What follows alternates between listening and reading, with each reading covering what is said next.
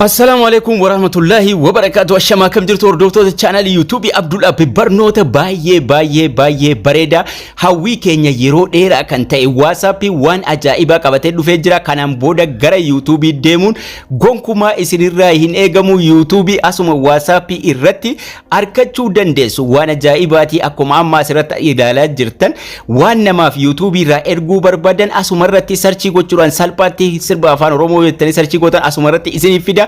Asuma irratti salphaatti abbaa feetanii share gochuu dandeessu. Dhimma barbaadan irratti osoo gara YouTube dhaquun isinirraa deemuun isinirraa hin eegamin asuma WhatsApp irra seentanii waan feetan YouTube irra namaaf share gochuu dandeessu, daawwachuu dandeessu. Kanaafuu search gochuudha gara YouTube deemuun cinqabuun sun hafee jira jechuudha. Hawwii keenya yeroo dheeraa kan tahe nuuf qabatee dhufe WhatsAppiin guyyaa irraa waan baay'ee update godhaa jira. Abdul App jedhee search godhu wantoota Abdul App maxxansan waan sana wal fakkaatu mara isaa YouTube irra waan jiru guutuu isaa qabatee dhufa jechuudha. Kanaafuu waan kana hiriyoota keessaniif share gochuudhaan viidiyoo kana haga xumuraatti daawwadhaa.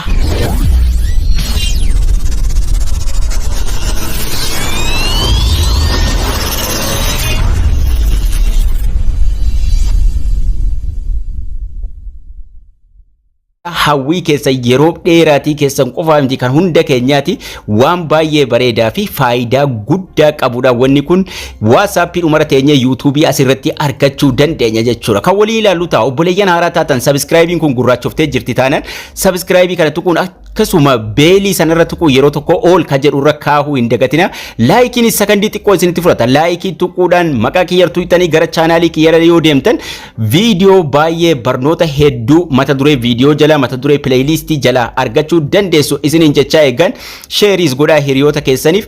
WhatsApp irra seenuudhaan waan haaraa kana waliin ilaalla. Daqiiqaa xiqqoo keessatti isinitti agarsiisa. Laayikii hin tuqne taanaan laayikii tuqaa. Isinin jechaa eegan WhatsApp nama tokkorra nama barreessuuf barbaadan irra ni seentu. Yeroo seennu bakka meeseejiin itti barreessinu bakka barreeffamni itti barreessinu kun ni jira.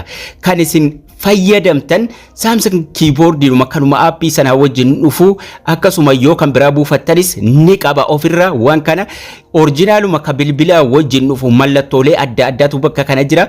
Mallattoo san keessaa YouTubein isiniif hin baane taanaan seetingii xiqqoo as jirtu kanarra tuquu yeroo tokko gara seetingii deemuudhaan waan isin oonii gochuu qabdan yookaan waan isin ilaaluu qabdan tokko lamatu jira jechuudha. Samsung keyboardidhuma fayyadamtu keyboardii biraatti cinqamuu isinirraa eegamu. Samsung keyboardidhuma fayyadamuudhaan salphaatti YouTube keessan achuma irratti argachuu dandeessu. Aappii takka isin hin barbaachisu. Keyboardidhuma originala bilbilaa wajjin dhufu keyboard toolbariin kun oonii ta'uu qaba jechuudha. Akkasuma suggested stickering while typing ka jedhu kun emojiin predictive texting mallattoo settingii kun asuma irratti argattu. Mallattoo settingii si xiqqoo kana tuquun gara fuula duraa deemtu jechuudha. San tuqxanii yeroo deemtan haala kana isinii baasa. Kana keessaa egaa moodii isaa standardii umar ta'uu qaba. Standard keyboard jechuudha. Originaluma ka bilbilaa wajjin dhufe keyboard tools qofa oonii gootu yoo ofii ta'ee jiraate inni nu sanaan booda egaa bakka itti nama barreessinu kanarra seen yeroo seenne mallattoolee adda addaa jiru. Mallattoolee stiikarii akkasuma wantoota adda addaa maayikii jira. As keessaa kan nuti tuqannu tuqaa sadii as koornaa harka mirgaa san jalatti arganna. Tuqaa sadii ka dalga ciciiftee jirtu san tuqanna yeroo tokko YouTube argachuuf. Tuqaa sadan kana yeroo tuqanne fuula jalqabaa kana haala kanaan nu baasa. YouTube as keessa hin jiru. Eessa jiraata? Fuula lammaffaa keessa jira jechuudha. Mallattoolee adda addaatu as keessa jiru. Floating keyboard fi akkasuma translate gochuu barbaannaan Samsung Pass extract text fi kan akkana jiru as. Garuu jala kana tuqaa lama jirti. Akkuma asirratti argitan kana tuqaalee lamatu jala kana nuuf jiru. Kanaafuu maal goona? Gara harka bitaatti fuula kana haxoofnaa jechuudha. Tuqaa lama jira jechuun fuula lama jira jechuudha. Kanaafuu gara harka bitaatti haxoofnaa fuula kana. Yeroo gara harka bitaatti achi haxoofnu mallattoo YouTube keenyaatiif mallattoon barbaachisoo ta'an babbareedoon asitti nuuf bahu jechuudha. Kanaafuu YouTubein as nuuf jira. Akkasuma keyboardii keessa resize gochuu barbaannaan isasitti argattu YouTube irra tuqannaa jechuudha. Osoo eessayyuu deemuu hin barbaachisin tuqaa sadan tuqneetuma fuula lamaffaa irra jijjiirree YouTube asirratti argannaa YouTube irra tuqannaa jechuudha. So asirra yeroo YouTube irra tuqanne jalqaba irratti populaarii viidiyoo shortii viidiyoo gaggabaabaa nuuf fida as jalatti. History nuti share goones akkasuma populaarii san cinaatti history mallattoo sa'aatii nuuf fida. Garuu kun kan nuti barbaannu amma mallattoo sarchii cinaa sana jirtu irra tuqanna. Mallattoo sarchii mallattoo qulfii as jirtu kanarra yeroo tokko tuqannaa jechuudha. Yeroo tokko tuqachuudhaan achirratti waan barbaanne kanaan booda sarchii gochuu dandeenya. Sarchii history keessanis achuma tahaa jechuudha. Fakkeenyaaf Oromoo Music jennee sarchii haa goonu. So Oromoo Music erga barreessanii kaatanii sarchii ka jala kana jiru fayyadamtu. Ka as jala jirtu kanarra tuqxuu jechuudha. Erga barreeffama barreessanii kaatanii sarchii san yeroo goonu wanni YouTube irra jiru marti isaa kan silaa YouTube irra deemnee taa'amnee argannu san mara isaa asitti bakka takkatti arganna. San keessaa ka barbaanne irra tuquudhaan namaa seendii gochuu dandeenya. Ifii keenya yoo daawwachuu barbaannes xiyya fuula dura maqaa sana jirurra tuquun argannaa jechuudha. Fakkeenyaaf Hacaaluu Hundeessaa jennee sarchii haa goonu. Kaan kaansel godheen jira. Hacaaluu Hundeessaa jennee sarchii haa goonu. Yeroo barreessinee kaane sarchii qulfii mallattoo qulfii jala san jiru tuqna. Sirbi Hacaaluu Hundeessaa wanti Hacaaluu Hundeessaatiin wal qabate martisa dhufee nuuf bahaa jechuudha. Kanaafuu YouTube irra deemnee aappii biraa bannee waan cinqamaa oolluuf hin qabnu. Asuma irratti sarchii goona.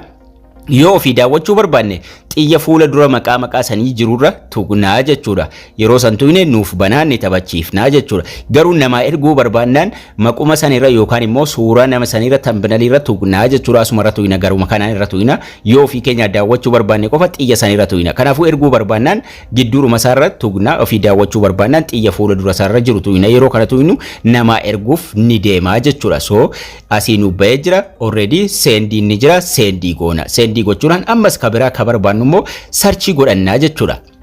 So YouTube WhatsApp niga guyyaan update haaraa nuuf fidaa jira. Update baay'ee bareeda. Fakkeenyaaf akkaataa YouTube itti banatan jennee sarchii goonu. Sarchii akkaataa YouTube itti banatan sarchii goona. Yeroo sarchii goonu viidiyooleen akkaataa YouTube itti banatanii wal qabatan viidiyoo barnoota martinu tartiibaan tokko lama jedhanii nuuf dhufu jechuudha. As keessaa nama share gochuu barbaannanis salphaadhumatti asirraa share gochuu dandeessu. Keessattuu akkaataa YouTube itti banatan kana viidiyoo jalqabarra jiru chaanaalii kiyyarraayyee viidiyoo maxxansee. Kanaafuu namoonni chaanaalii akka jarri banatan akkaataa YouTube channel itti banatan jechuun sarchii gochuudhaan WhatsApp irratti nama dandeessaniif nama haa banatu itti fayyadamu jettaniif maraaf share gochuu hin dagatinaa jechuudha. Abdulaap jettanii yoo sarchii gootan channel kiyya jala viidiyoolee jira mara isaa isinii baasa. Tuqaa sadiitu itu sanaan booda gara bitaatti yeroo tokko haa tooftu mallattoo YouTube kana asitti argattu sanarra tuquudhumaan waan feetan irratti barreessanii sarchii gootu jechuudha.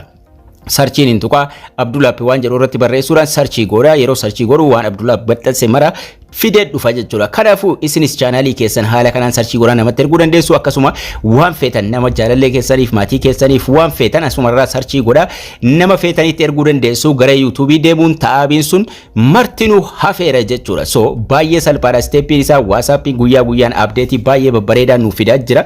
Waan nuti yeroo mara hawwinu waan nuti osoo akkas ta'e jennee hawwinu mara WhatsAppiin nu qabatee dhufaa jira. Egaa baay'ee bareedaa itti fayyadamaa hiriyoota keessaniif share godhaa isiniin jecha. Barnoonni keenya har'aas kana fakkaata akka irraa barattan abdii guddaan qaba. Haga barnoota kutaa itti aanu walitti deebinutti turtii gaarii nagayaan tura.